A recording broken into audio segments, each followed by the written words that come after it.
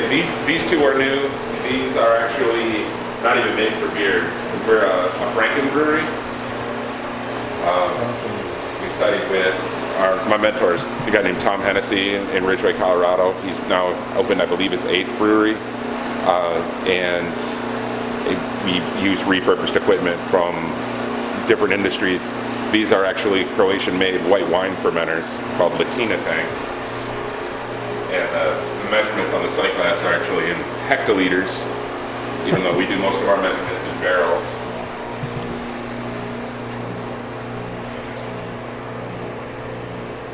So they're not perfect for making beer, but they get the job done. And Tom always says, when you first learn to drive, you don't get handed the keys to a brand new Mercedes. Most people don't get handed the keys to a brand new Mercedes. Hot Rods and Handlebars was a tenant here. And this is going to be your tasting room? Yes. Yeah, we call it a Sternevert, which is an old brewing tradition that you'd have this really nicely appointed private tap room in the brewery. So when you have guests come in, it's a chance to show off, to pour some beers and give them a chance to relax. So this is a room that will be available as a meeting space that we can rent out and actually cater food from our restaurant, because now we have a lot more space in our kitchen. And this is also a place where when we have tour groups come in, they would come in this door, be received in this room, get some samples of beer before starting a tour of the brewery. And these are all photos from where you started? Yep, those are all photos from the Helmer Road. We couldn't even get any good pictures of how cramped our cooler was with those serving tanks in there, because it was too cramped. It just looked like a mass of metal with a head poking out.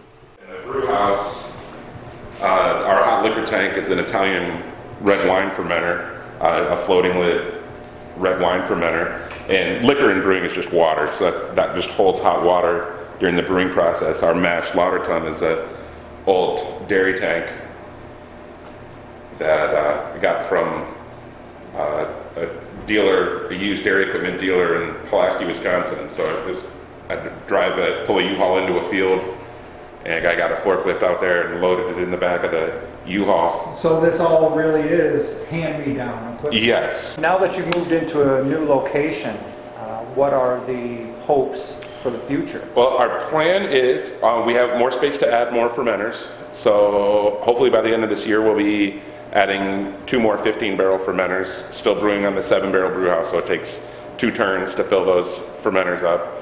And then we're a couple years out from basically selling this brew house and putting in a 4-vessel 15-barrel brew house, which will allow us in a shift to brew up to 60 barrels of beer at a time.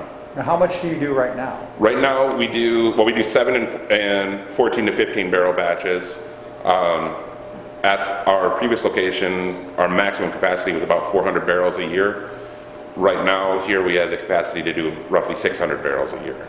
As it stands right now? Yes, as it stands right now. And if you had this fully loaded? When we get fully loaded in this building, we'll be able to do over 2,000 barrels a year, and we have room to expand on this land. And what's the main goal? Is it just to keep your restaurant? The main goal is to keep our restaurant solid, and also be able to have our beers in area bars. And so now we're at the point where we can start getting more kegs out to other bars. And as far as distribution goes, the one thing that we hold true to is focus local first and get it right. So we're not trying to expand as far as the area that we cover, just trying to expand where we are, grow deep roots, and then allow it to grow organically from there. But our main focus is a neighborhood brew pub type establishment.